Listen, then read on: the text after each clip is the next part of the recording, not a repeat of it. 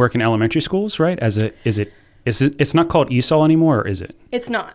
Okay, so let me give you a little bit of background knowledge because it's kind of weird how I got here. But I went to University of Maryland to be a classroom teacher. So majored in elementary ed. That's all I ever knew. I was like, this is it for me. And graduated in 2008.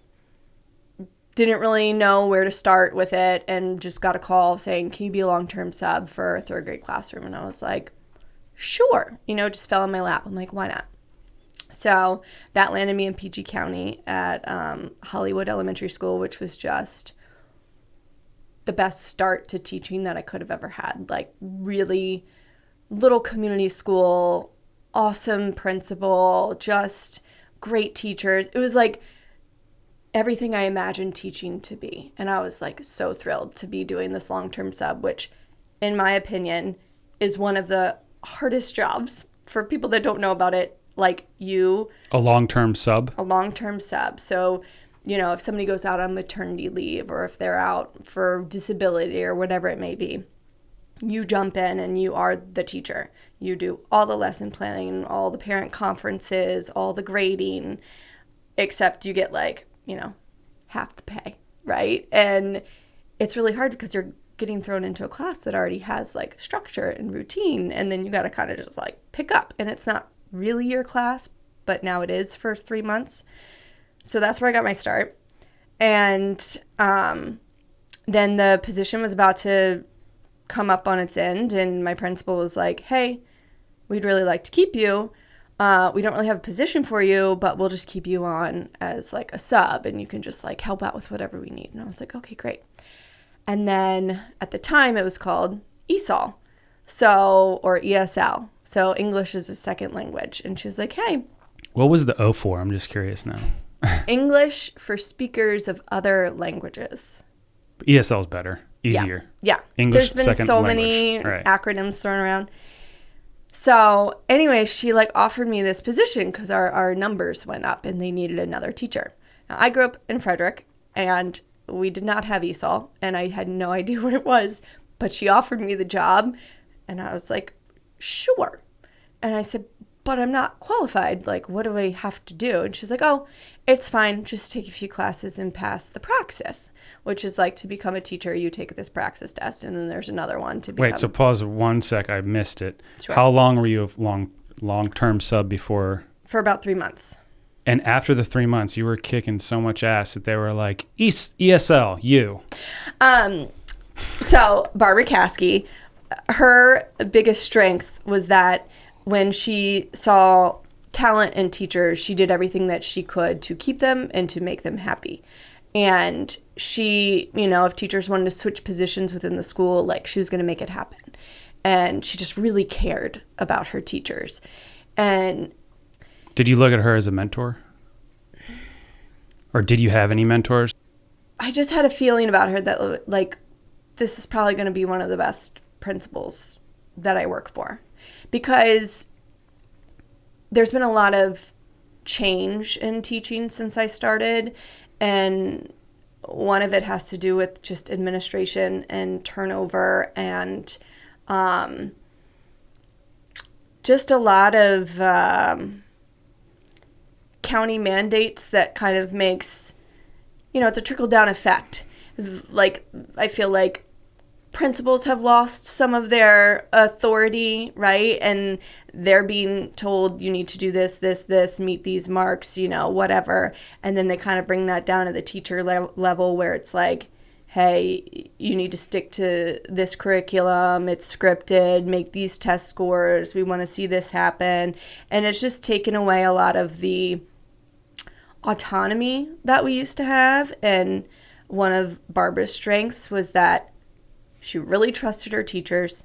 She protected us from things that she didn't think were necessary and that were a waste of our time. And she's like, no, we're just not going to do that. That's not in the best interest of our staff or our students. But she could do that because she was a veteran.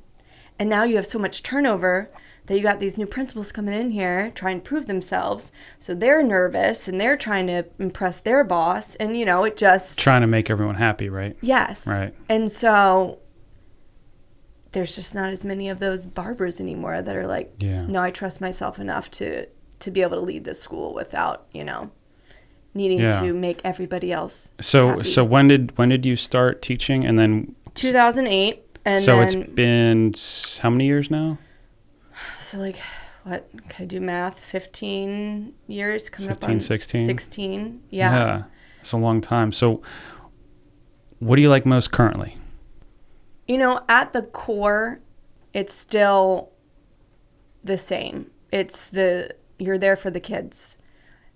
Nobody got into this profession to make a ton of money or to get, acclaim, or just, you got into it because you cared about kids and you were hopeful that like you could have an impact. And at the end of the day, it's still the kids that bring the most joy. And in my domain, teaching English to kids that speak other languages, it's just incredible to watch, like, just the growth and the resilience of these kids who are coming from just all over, like, war-torn countries, seen more in their 6 years than I have in my whole life. And then here they are, new country, new environment, and they just, like, shine. And you're like, oh my gosh, like, it just still gives you hope, right?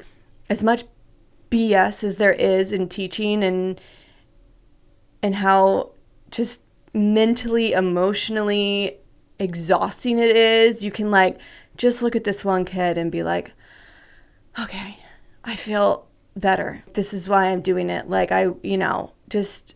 How often does that happen where you have a feeling of that? Luckily, it's, every year it happens. Like, that's the thing. It's like you kind of feel, I was trying to explain this to my husband the other day, just how he's like, why don't you ever feel like you know what you're doing at your job? I'm like, because it changes every year. You get brand new kids every year. You get new staff every year. You get new curriculums every year. Everything's new, right? And so you always feel like you're trying to like just push yourself to like be better, to adapt, to be flexible. The kids' needs are changing constantly. But at the end of the day, you still have those kids who are like, they just write you the sweetest notes and they're like, you're the best teacher. I've learned so much from you. Thank you for teaching me English. Thank you for, right? And that's honestly why you do it. Because it's not like you're getting bonuses or you're like, hey, really great performance this year, and we want to give you some extra money and promote you. There's none of that happening. So at the end of the day, you're doing it for the kids.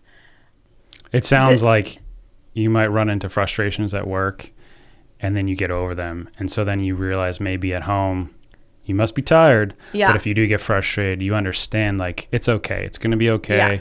If I mess up, just apologize and move on. Keep it moving, right?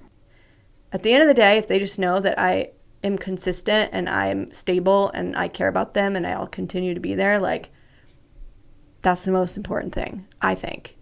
Do you think you feel that way because of how your mom or your dad raised you, or? I think so. I think when I think back on my childhood, I just think about how they always showed up. They kept their promises. They always supported us and encouraged us. And they did the best that they could, right?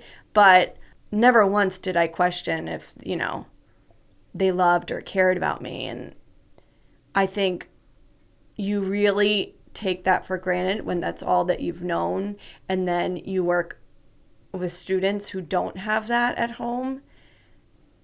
And you're like, oh, wow, this is a very different upbringing that, you have, and you don't have that same stability, and you don't have. When you say things like that, what exactly do you mean? Like, you see kids come in and they're not getting maybe loved and supported like you think they should, or what? During COVID, when, everything shut down and we went to virtual teaching, and all of a sudden you have a literal video camera into this child's household, right? And you're kind of seeing their daily life on display. And you're like, oh, wow, this is very different. And before that, it was just, parent-teacher conference. You meet with them for 20 minutes, and that's about, as much FaceTime as you get with them for the year, besides some phone calls and some emails. But I think during COVID, just seeing, like, whether it's, food insecurities or financial insecurity or just, a household where there's, you hear screaming and yelling in the background and it's kind of a mess. And you're like, okay, this child is dealing with a lot behind the scenes and I'm expecting them to show up here so I can teach them about verbs, and you're like, all right, sometimes they just needed you to just be there and be like, how you doing? Yeah. What are you, I think what's going on with you? Like, I can only imagine that was probably the worst year of teaching in modern history. I don't think we've had ever experienced anything like it, where you have to have 5, 6, 7-year-olds just sitting at a computer all day, and you have to listen to the little face on the computer. Teaching is very much separated between pre-COVID and post-COVID now. The amount that has changed post-COVID is really hard to wrap your head around. I mean, when I started teaching, you focused on the academics and that was pretty much it. And we've got, social emotional learning embedded in the curriculum. We've got trauma-informed teaching because so many kids have experienced so much trauma. Every classroom now has calm corners because we have so many big behaviors that we've never seen before. And so many kids who came back with speech issues because they, weren't socialized for all of that time. Or, kids that the attention span's not there because parents were trying to survive and they put their kids on screens, right? Like, we were all trying to work from home with our children there and everyone was trying to do the best they can. But I mean, we are just now. Do you ever get defensive parents? Yes. Often? No.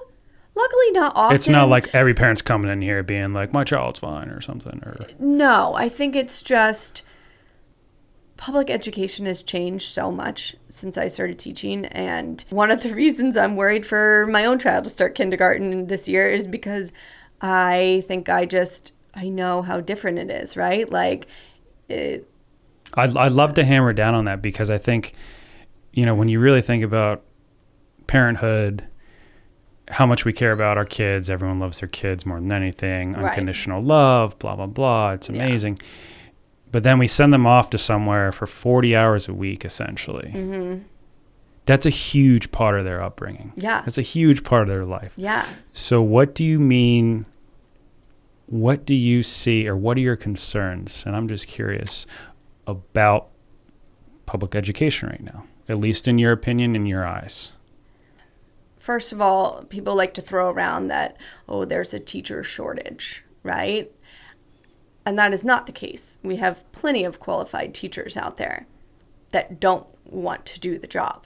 And I have seen so many incredible teachers leave teaching because they can't handle just the stress of it anymore. I mean, it is. And this is in Montgomery County, Maryland? I teach currently in Montgomery County, yes. Right. So yes. That could be the case in other parts of the country. I don't know what you know about the national teacher.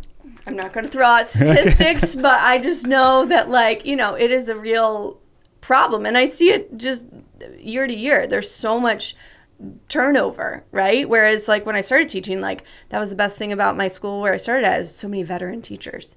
And I don't know the statistics on it, but I know that there is a huge amount of teachers that quit teaching within that first 5 years. So you're not getting those veteran teachers anymore that are lasting. So you're saying there's no shortage, but people are quitting. Yes. So it's almost like just influx of these people in their 20s graduating college. They love kids. They want to experience what you experienced back in 2008, and they're not getting that. And so they're quitting. And you want to be like, run the other way. Don't do it. Don't spend your money on getting this degree. But then you're at the same time, you're like, okay, but I'm about to send my child into public education. So I want them to have these good teachers that really care about them, but it's just killing, public education is killing the joy of teaching. You have all these badass, knowledgeable, intelligent women. You know, I work with so many teachers I have my master's plus 60. Like, I've gotten, a lot of education to do this. And at the end of the day, it's, here's your new curriculum. It's scripted. Stick to the script. Don't deviate from it.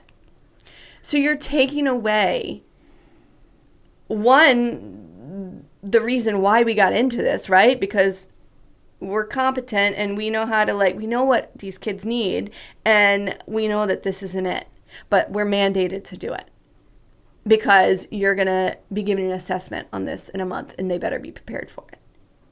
Right? And we want to see those test scores go up, and we want to see this. And, there's been a push to align test scores with teacher pay, which creates a whole slew of problems. And right at the end of the day, if I said to you, hey, what do you hope for your daughter when she goes into school? You hope she has those good test scores? No, I hope that she's inspired. I hope that she's curious. I hope that she feels cared for and loved for who she is and her interest and what she brings to the table. And right, no parent is going to be like, oh, those test scores, love the way that they've really gone up this year. They are taking away any type of autonomy that teachers once had in teaching to really be like, I know what my kids need. Unfortunately, it does sound like they're treating it like a business. Yeah. Like it's like they have to get these scores so they can be like the number one county in the area. Yes. Or the country. Yes, because, you and I both grew up in Maryland, and I grew up in Frederick, Maryland, and I remember Montgomery County being like the epitome, right, of where you want to teach, where you want your kids to go to school, and they pride themselves on that image. And then you get in there, and you're just like, ooh, there's like a lot of corruption here. We had a lot of issues with our superintendent this year with some, stuff going on, and just constant need to basically go to bat for, your contract and your salary, and them constantly saying, oh, well, we want to cut the budget. We don't have enough, but we're going to spend millions on, purchasing these new curriculums that you didn't ask for. But we're not sure if we can give you that raise this year that we had promised you. It's just that kind of stuff where you're like, it's not that we don't have the money. It's where you're choosing to spend the money. And, teachers just feeling like their voices are never heard. And the county just continually wanting to use the phrase, we're doing what's in the best interest of the student. When did you ever think that we weren't? Like, why do you think we got into this profession? Because we want what's best for the kids, but not at the detriment of teachers' mental health. And if teachers aren't happy, I can tell you the students aren't going to be happy. If they don't feel supported and they don't feel like they're being heard and they don't feel like they're being, rewarded for just the amount of effort that they're putting in. I mean, it is like blood, sweat, and tears. And luckily there's been a big shift. And I don't know if it's just because I've gotten older and I've got, a family and other commitments, but it was an expectation when I started teaching that you stayed after contract hours. If you left at the end of the duty day, everyone knew about it, and it was very frowned upon. And I was like, oh, you left at 2:45? You have to stay at least an hour extra, right? And as a new teacher, I was staying there till 8 o'clock at night because I, had no idea what I was doing. I remember walking out with the custodian and her being like, okay, it's time to go, because she was shutting down the school. And I'm like, oh, okay. Right? I put in, because I thought, well, that's the expectation. We got to go above and beyond, But then at a certain point, you're like, oh, wow, all my friends in business and other careers, they're getting paid for their time and we're not.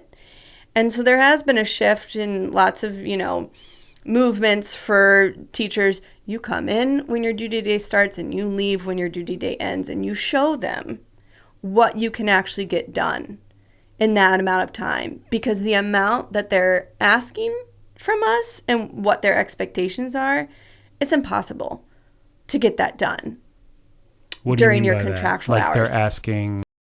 When I started teaching, right? Like, I'm with the students for most of the day, and they go and I get a break for, lunch and recess and some planning time. Other than that, you're with the kids. Well, then, shortages started happening with, subs. It's really hard since COVID, especially, to get substitutes in. So now it's like, oh, hey, we're actually going to need you to cover lunch and recess today so you can use your planning time to eat your lunch. But then we also need you for team planning. And then you also have to, and it's just, you see your time just being, nickel and dime down to nothing. And you're like, when do you expect me to actually prep and plan for what I'm supposed to be teaching these kids? And it continues to happen. And, nobody just sits down and asks themselves, why is this happening? Why don't subs want to come into classrooms anymore? To the point where I have subs emailing me and saying, is it a virtual position? And I say, no, we're back in person teaching, so you're going to have to come into the classroom. And they're like, oh, no, thank you. What do you think needs to be done? Do you think, so you mentioned all these new teachers are coming and going. So it sounds like the experienced teachers are the ones that have to change, but it doesn't seem like you might not have the power to if there's this big board in Montgomery County, we're the best, just like throwing things at you and telling you exactly what to do. And you're saying that it wasn't like that like 10 years ago, or? No. When I started, it was. What do you like? When did you see the change? When did you notice a change where you're like, this is not cool. I'm not enjoying this. I think when I started to reach that, when my first principal retired and a new principal came in, and I started to see, and again, I don't know if this stuff was happening and my principal just protected us from it, but it was like all of a sudden there was a lot more mandates of, hey, you have required team planning every week, and admin's going to be there, and we're going to be watching what you do, and we expect to see the same thing happening in every classroom at the same time. But we're all different teachers, and we all have different kids with different needs, and how can that be? And it went from, a curriculum where there was, topics recommended, right? Like, okay, this week we're focusing on life cycles. And you're like, okay, I can do that. And now it's like, oh, today you're talking about this and this is what you're going to say. And it is literally, you open the book and it gives you an actual script of what you're supposed to say and what you're supposed to do on any given day. It's just a lot of hypocrisy. You want to mandate all these planning times and you want to hear everybody speak up and give their opinions and have something to say, but then don't deviate and don't do anything different than what's in this curriculum. It's just taking away any creativity or any, and you almost feel like you have to be like a rebel to be like, okay, I'll sit here and I'll listen to it, but I'm still going to do what I want to do. And you feel like new teachers, right? They're so scared and they're getting observed constantly and, aren't tenured and are just trying to keep their job. So they don't want to, ruffle any feathers. And so they're doing exactly what they're being told. But like, there's no joy in it. Like, it's just robotic. I remember, so the observation stuff, I remember that happening when we were kids, right? That's always an ongoing thing. Did your teachers prep you for it? No. But I remember like, hey, when there was another adult in the room, it'd be like, oh yeah, best behavior. I kind of felt like I wanted to, because if you like your teacher, you're like, right. Oh, they're grading her. Right. Like she grades me every day, but now they're grading her. Ooh. Right. So that was always a thing. Do you think it's a little different now, or you just think that's like one more layer on top of all the things going on right now? Because like you want to observe your teachers, right? Oh, like you want to. Well, yeah. Yeah. But you also want, like, that was another thing. My first principal, she was in the classroom all the time. So you didn't feel that pressure. They are only here to observe me and take notes on me and write up everything that I say.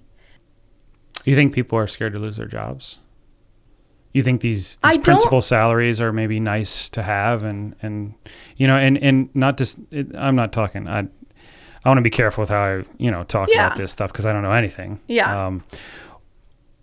Like why do you think principals aren't sticking up, or why do you think principals aren't sticking up for their community, their school, like maybe the principal that you had when you first entered in 2008? I don't know. I ask myself that sometimes. I'm like, we're a bunch of people pleasers, right? There are a certain breed of people, right? We want to do what's right, and we want to do a good job, and we want to try our best, and we want to make you happy, right? And I don't know. I think there's just... If you were principal, what would you do? Let's just have fun here. God, Paul. I think I would put more trust in my teachers. You're the one that hired us. You interviewed us. You asked us tough questions. You were clearly impressed by us and our level of knowledge and expertise. And then we get into the position and it's like, I'll listen to you. I want to hear what you have to say. Oh, but at the end of the day, we're still going to do it my way.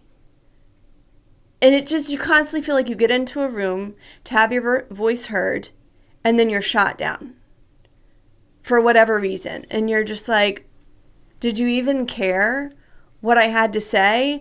Or are you just trying to make it seem like you're listening? We come to these rooms like we are coming to these meetings with solutions, right? We're not just trying to complain constantly, because teachers can complain, right? It gets really stressful and we can complain with the best of them. But like we are trying to come up with solutions, and I've been told a lot, think outside the box. Things are changing. Switch it up. What do you think? And I'm like, okay, well, let's try this. No, we're still going to do it this way. And you're like, okay, I get that you're the leader, and at the end of the day, you do get to make the final call, and I understand that. But why did you hire us if you don't trust that we know a little bit about what we're doing and what our kids need? Like, you are trying to come in here, and they do it to classroom teachers all the time. Like, these classroom teachers are with these students, 6 hours a day. Like, they know these kids. Like, they know their likes, their dislikes, their strengths, their weaknesses. And then you're going to sit down in a meeting and have the audacity to say, no, you need to be doing it this way. And you're just like, come into the classroom, please. You come show me how you want it done. And that's, I think, if I was ever a principal, which won't happen, but if I was, I would put more trust in my teachers. Yeah, this just sounds like a lack of connection, right? And I think the way we connect now is just much different than it was even 10 or 15 years ago. When you talk about all the social media, kids growing up on social media that are now teachers in their 20s. Ugh. And you can go into those layers, way above my head, but I do think that there is a lack of connection. And that's kind of some of what this is about, like, learning from each other's stories about how you connect, and how you stay connected. Yeah. So I think it's really cool what you said at the beginning when you were like, I really just like the community aspect of life. Yeah. Right? And teaching seems like it used to be that way. Yeah. And it just seems like there's some sort of disconnect. And sorry to hear that. That sucks. It gets deep, man. It does. Yeah. Okay, so you have all this stuff going on at work. Yeah. All this stuff, all this drama, all this frustration, all this Yeah. oh man, I wish it could be better. What's in your mind when you're off work? I really try to disconnect from it in the summertime. Like, I joke, I'm like, I don't really want to see anybody else's kids over the summer. I just want to focus on my kids, right? Like, I'm like, we go to the park. That's totally and I'm understandable, like, yeah. But it's so funny because I swear people can smell that you're a teacher. Like, kids will just come up to you at the park and you're like, not my problem. You're not my student. Like, please don't ask me for help. Don't ask me for anything, you know? And I don't know if they just like sense it. But Chris is like, every time we go to the park, he's like, why do these kids come up and like ask you for help? I'm like, I don't know. Maybe I just give off a vibe. I don't know. I think you do. But it's like... I'm curious, what do you feel most confident about in being a mother? Oh, God. Like, there's got to be something where you're like, you know what? These are like my strong beliefs. I know this is a good idea. Let me just sift past all the insecurity. Yeah, well, we all have insecurities. Anxiety and the most confident. I'll start. So at least for me, being a parent, I don't know if confidence is the right word, but one thing I really believe in is keeping my kid honest with me and keeping the communication open for her whole life. Yeah. Right. Even if she messes up, if she does the wrong thing, if she pushes a kid at daycare, if she does something she's not supposed to do, just tell me and then we'll deal with it. Mm-hmm. But, I know naturally as you grow up, you start to disconnect from your parents. You might not want to tell them everything. Yeah. And that's okay. But I just, my lifelong goal as a parent is to always have that open door. Like, hey, I'm here. If you need to talk, if you're struggling, that's what's propelling this forward, and talking to all these people and about their kids, about what their parents did. Yeah. I just find it really interesting because everyone has a different kind of twist to what they think is important, right? Yeah. No, I communication is key. When I think about my parents, like, my mom is one of my best friends. I talk to her almost every day. It's become very much like, we're on the same level, right? She's still my mom, but she's not parenting me anymore. I can be very open and tell her everything. And, it's great. And I hope, right? I'm like, oh gosh, if I could have just a little bit of this with my kids when they grow up, like, I would feel so lucky. Because I want them to feel like they can come to me with anything and I will love them no matter what, and nothing they could do will ever change that. And it's so funny because Liv is getting older, and she said to me recently, like, we got in an argument and it got heated and I got frustrated with her and I lost my temper. And a big thing for me that I focus on is repair and owning up to when I make a mistake and saying I'm sorry and letting her know that, like, hey, this is the first time I've ever done this, right? I've never been a parent to a 5-year-old before. So I'm figuring it out right along with you. It doesn't mean that I, should have yelled at you the way that I did, or that I should have said what I said, and I'm sorry. And, I'm trying to be better. And I think that is really big for me because I felt like growing up, I just thought my parents, this is just the way that it was. And they knew what they were doing and they, had it all together. And, my dad kind of ruled with an iron fist, and like what he said went, and there was very little like emotional connection. It was like, you do what I say because I said it. I don't want to do that with my kids, right? Like, I just don't want that same relationship of just like fear-based, right? Like, I want them to know that, like, I'm right here with you. We're figuring this out together. Like, I'm I am not perfect. I don't always know what I'm doing, but I will continue to show up for you, and I will continue to care about you. And, I'm going to admit when I'm wrong. I just want a deeper connection.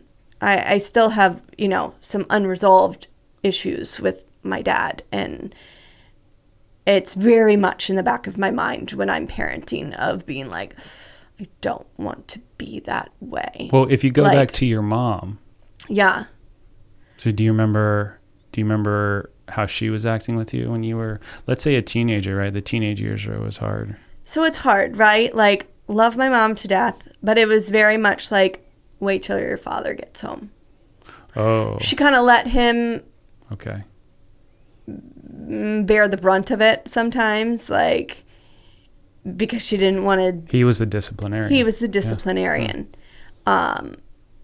And, for better or worse, that's just the role that he took on. It's just that he never stopped. Like, he's still trying to parent. Me and my siblings were all grown. We have our own kids, right? And it's still like he never took the parenting hat off. You're in my house. You do what I say. You do, and you kind of can see the same things play out with your own kids. And you're like, whoa, whoa, whoa, whoa. We're trying to do things a little differently here. Like, I guess I'll give you an example. Dinner table. Eating together, family meal time. I grew up, it was very much like you eat everything on your plate and you eat until I tell you that you're done eating. Okay? I think that was kind of like normal, whatever, back then. Today, it's very much like teaching kids some independence and teaching them to listen to their body and teaching them that, like, kids want some independence. They want to be able to make decisions for themselves, and, you want to give them that ability to do so in certain areas of their life because, right, a lot of decisions you have to make. They're little. They don't know any better. Eating was one of those things where it just really stressed me out growing up. And I was just like, I'm full. I don't want to eat anymore. Like, why do I have to keep sitting here? Like, to the point where, like, I've started, like, being devious and kind of, like, throwing it away in the trash can when I could, and then, like, lying and, like, being like, oh, I'm all done. Right? It seems so little, but you're just like, oh, I still remember that and how it felt. And so with our kids, we're very much like, hey, here's our food. Take what you want and eat till you're full. This is your last meal of the day. So don't come and ask me for snacks, but I trust that you know when you're full. Just being at my parents' for the past 3 weeks and watching my dad just, like, do the same thing and, like, all these feelings from your childhood come back up and you're just like, no, we are not doing this again. Like, I want to raise kids that feel like they have a voice and they're heard and they can be independent and they can assert themselves. And, I very much did not feel that way as a kid. It was like, oh, I do what I'm told. And, like, and I don't know if that's just shift. I think there's some sort of balance that we all have to find. Yeah. Because there is, like, you want to give your kid autonomy and you want to give them independence and all that. But at the same time, there has to be some sort of structure in leadership. You are the parent. Sometimes I think, like, okay, what I say goes, but it's not because I said so. I'm sorry if I ever gave you the impression that you were in charge, but you're not. I am in charge, and part of being in charge is to keep you safe. Non-negotiables, right? You want to ride your scooter on the street, you will wear a helmet. I'm not going to argue with you about it. If you don't want to put it on, we just won't ride the scooter. It's your choice. Kids want structure. Kids want routines, but they also want to feel like, they're part of the decision-making process sometimes. And, like, that they're, especially, like, at this age, like, it is like, she's testing the limits. What can I get away with here and what can I not? My motto sometimes is say yes when I can say yes. As much as I can say yes, I will say yes. So that way when I say no, they know that I mean it. I was bitter as a child because I was a very responsible, rule-following child. Like, I did not rock the boat. But I felt like I was treated the same way as my older sister, who did rock the boat and broke the rules and, did some things, right? And I was like, I'm different. I am not like, I think kids just want to be seen for, like, who they are, right?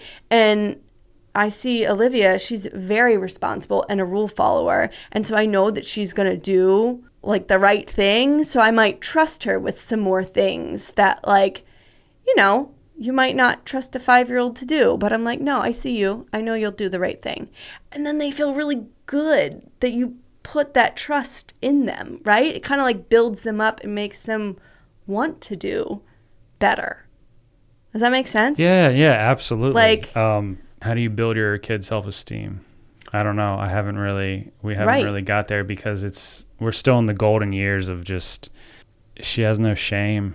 She's going to feel embarrassed eventually, but she just beautiful? Like, it's so amazing to be around. You're just beautiful. Like, you're don't like, care. Yeah.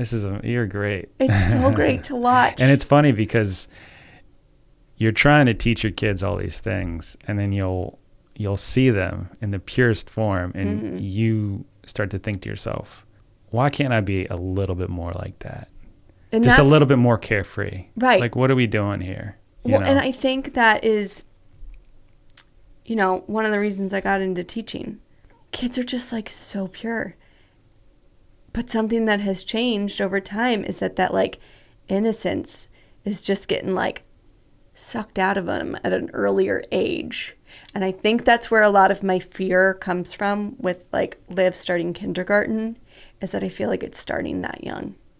It's hard to watch, right? To have these, like, sweet little kids who just, like, why should they care what anybody else thinks? They're just going to wear what they want to wear, and they're going to, dance in the aisles at the grocery store, and they don't care if anybody's looking at them, And then all of a sudden, it's like something clicks, and they become, like, more aware of others around them and their opinions, and, just... I think this, not to go too far off here, but I think I see the same thing in society where I think, and look, this is the way it is, and kids kind of run the world in a sense. They are the next generation, and how they act and what they believe in is how things are going to be. We're eventually going to die off, right? So we should, like, even if we don't understand it, we should respect it, right? Right. And so where I'm going with this is, like, I think there's so much pressure for some kids to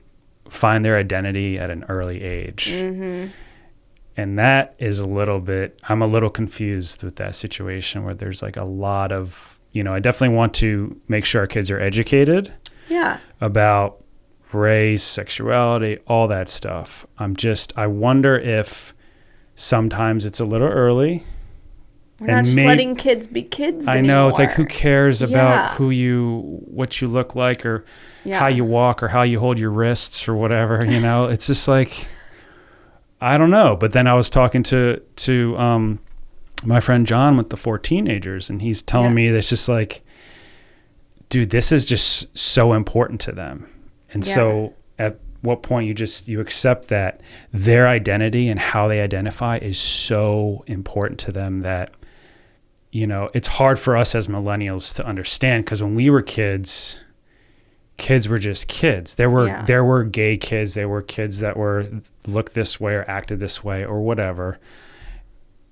But it kind of felt like we were much more accepting. And not to say kids aren't accepting now. I think they're very compassionate. But those are just kind of my thoughts. I know you are with kids every day. So what do you see? I mean, it's interesting that I see it both ways.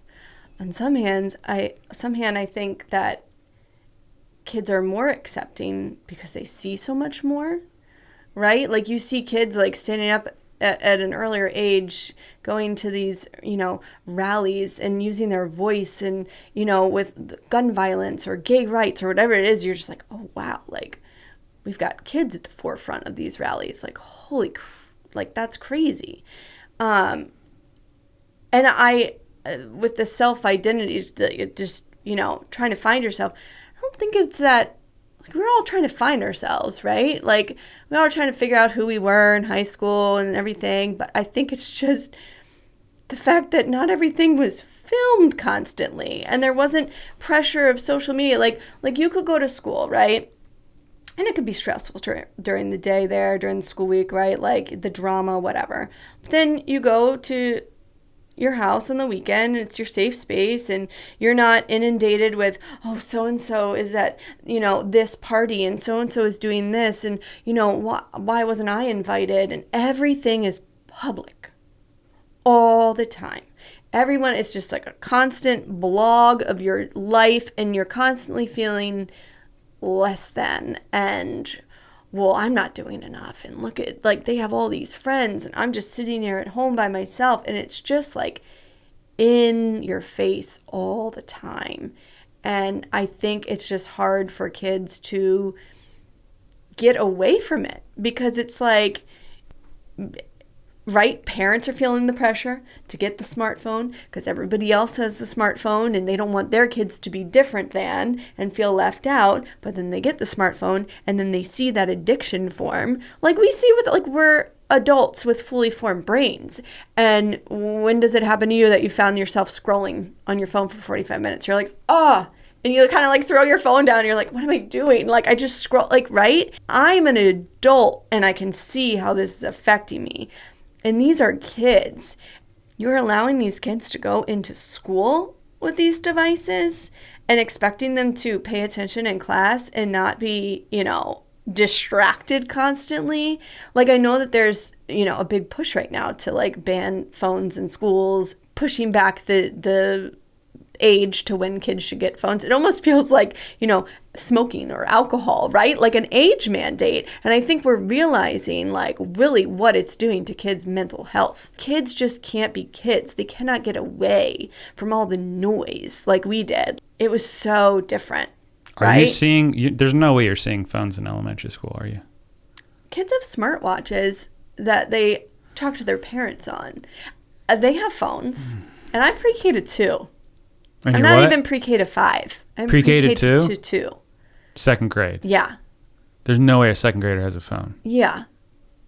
Yeah, they do. What are we doing? Who are these parents? What do they think is... Where do you think your child is? Your child's they're here. At school. I they're know at you're worried. School. It's like, okay. It's all right. Like, they, and I feel like we're part of the problem. Like I think smartphones are going to be the cigarettes of the 80s. Is that when they when was the twist for cigarettes being like, these are awful? I feel like they were still like cool. Like they were being advertised on the Super Bowl until when, right? It's like, when was it socially acceptable? And they're like, wait a minute. Well, I remember it still being a cool thing in high school to try like a cigarette. Like my friends smoked. Yeah, I mean, I did too. Yeah. But there was still like, you really shouldn't do that. It's not going anywhere. It's not going anywhere, but I do think that we have a responsibility to protect schools. I really do. I mean, the fact that we are giving assessments on Chromebooks in kindergarten, we want kids to learn how to like read and write in kindergarten, so why aren't we giving them tests on paper to help promote those skills? It just starts so young. And I think because we were so reliant on technology for COVID, it's like that just became the new norm and we never went back. I have a real issue with screen time and just the amount that kids are on screens. And it's so funny because last year, at one of our meetings at school, it was like, okay, so there's a real focus on, less screen time in school now. We're like, oh, great, we can get behind that. Wonderful. But then the county just purchased all these new Promethean boards that we're supposed to use to create Google Slides of our lessons throughout the day. So we're like, okay, so you expect us to always have slides up to show what we're working on, but you don't want them looking at a screen all the time. But then you also just bought all these new Chromebooks and spent all this money on this technology. But hey, don't use it too much. Like, it just goes back to that, like, you're telling us one thing, but then, doing another. I think you need to go to private school. Yeah. What are you hopeful for? Like, or what brings you hope? There's got to be some sort of, like, something you see when it comes to being a teacher in public school, or kind of just the broad picture. Like, do you see any sort of slivers of hope here? No hope, Paul. There's no hope. We're just doomed. Oh, gosh. Sometimes it's hard. It's easy to be it's easy to see what is going wrong. I feel like I'm so pessimistic. I'm not. No. You're just speaking your truth. And if that's your truth, that's your truth. I'm just wondering if there's, and I know that's a hard question to answer, but, if we think about it for a sec, what do you see in kids? You said one thing. You said it's really amazing to watch the kids that you deal with that are going through the ESL program that are extremely resilient. Do you see that on a wider scale, or is it only with the kids that have been through a lot? Do you know what I mean? That's a really good question. I mean, I think kids are naturally resilient. And I feel like, I don't know if you and I talked about this or if it was somebody else, but we're like, oh, how do we build, resilience in kids that, are giving them this kind of cushy life and, what hardships are they really going through? I feel like every day we're building resilience in our kids, right? Like there's constantly going to be things that happen that are hard, whatever it may be. And I don't know about you, but watching the Olympics right now, oh my gosh, just the epitome of resilience, right? And I think the odds are stacked against them and like they just persevere and they still, I don't know, they just, I feel like I want to like keep the love of learning alive and the curiosity and just finding what it is you love and your passion and what you enjoy and like go for that. Like I think about this one student that I taught, brand new, didn't speak the language. And he came in and he had a love for like animals and just really was fascinated by like just all animals. And I got him like these animal books. And by the end of the year, not only did he learn English, but he was writing bilingual books in English and Spanish, book reports on animals, and like brought it in to like share with the class and was like so proud of himself and just like so inspiring because you're just like, oh my gosh, like you're brilliant. I don't know. You just hope that like you can help kids find that joy. Keep them curious. Keep them curious and not kill it. And I think that's my biggest fear is that like public education, like I don't know what private education is like because I've never done it, but it's just, it's so much like you're just trying to like keep everybody on the same track, right? And like that's not how life works though. Right? That's not how humanity works. It's like we're just trying to, I don't know if you heard about like when Rockefeller like made public school a thing. Yeah. Which, I mean, public school is definitely very important. Because it's expensive to send your kid private education.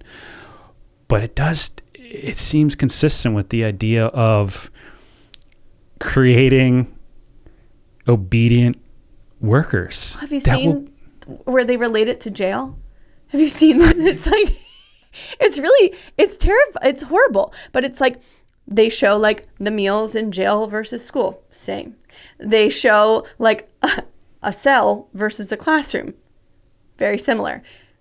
Granted, we try to make our classrooms warm and inviting and beautiful, but it's like you are trying to get all these people to do the same thing at the same time on your timeline.